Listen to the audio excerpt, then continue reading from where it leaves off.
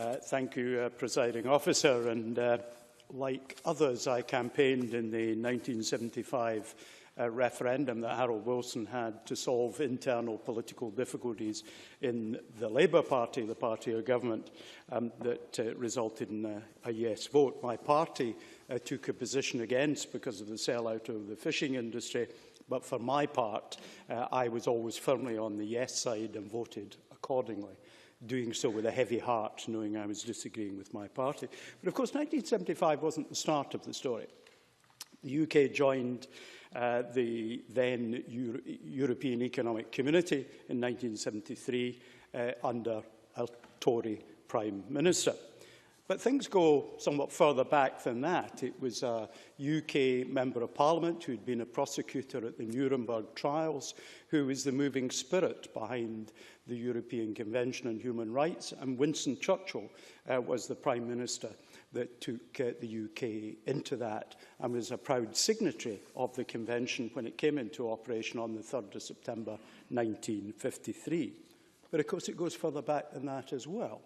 In 1320, when Scotland sought to protect its independence, it was to the Pope in Rome that Scotland wrote, because the Pope was not simply a head of a church. He had a secular and key role in coordinating international relationships. So Scotland is no stranger to Europe. Scotland has no distant connection to Europe. It's always had a very intimate connection.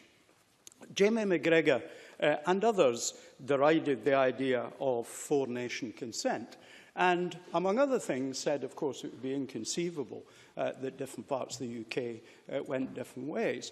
But, of course, that is to neglect what has already happened. In 1982, Greenland, an autonomous country within Denmark, voted to leave the EU, and by 1985 successfully did so, despite having that relationship. I don't commend that, because I would wish to stay, but their choice was to go.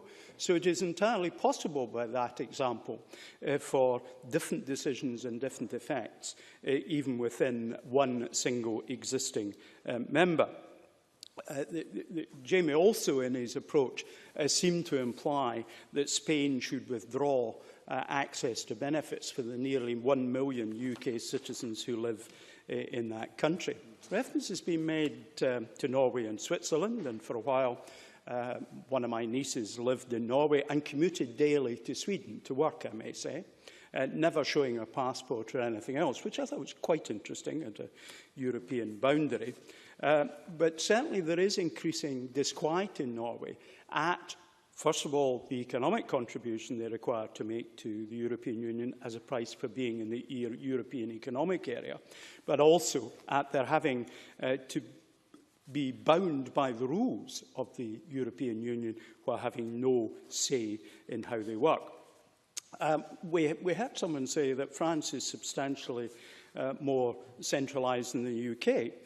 I think this will come as a very great surprise to many people in France. The satirical novel by Gabriel Chevalier of 1934, Cloche Merle, which was a very successful TV series in 1972, was all about the local mayor wanting to build a new, and do forgive me, this is literally what he said, a new pissoir in the town square. To this day, there is considerable local authority in the towns and villages of France, and indeed in the real-life Cloche Merle, Vaux-en-Beaujolais, the mayor is there every Thursday for 2 hours while she takes her lunch and eats her sandwiches in this tiny little village she is there. France is far less a centralised country than one might imagine if you listen to some people in this debate. Turning to the amendments that are before us, the Labour Party's amendment, in the most part, I could find myself relatively comfortable with, but it does fail to understand the reality of the UK's engagement with the European Union when it says, at the end, the UK should lead as a strong member of the EU. The one thing the UK is not is a strong member of the EU. The UK has never, to this day, properly engaged with the internal workings of the EU. The Irish, the moment they got in 73, sent their people across there. They got into the grassroots. They were involved in the very early stages of formulating European policy. The UK has always waited until the policy has been formed before saying, this winnie do and we've got to change it, by which time it is too late. If the UK had engaged in a proper way, I suspect the EU would be one that would operate in a way which would satisfy even many of Jamie McGregor's colleagues who are less sympathetic to the idea of the EU leaving aside its operation than he is. In conclusion, Presiding Officer, I was interested to hear that the Tories are essentially saying, let the people speak. The European Convention on Human Rights, Protocol 1, Article 3 about elections, means you have to have democracy. The UK has a majority of its legislators unelected. We're in breach of that. I'd love to have a referendum in the House of Lords. I suspect I know how it would turn out. Maybe that's why the Tories won't have one. Presiding Officer.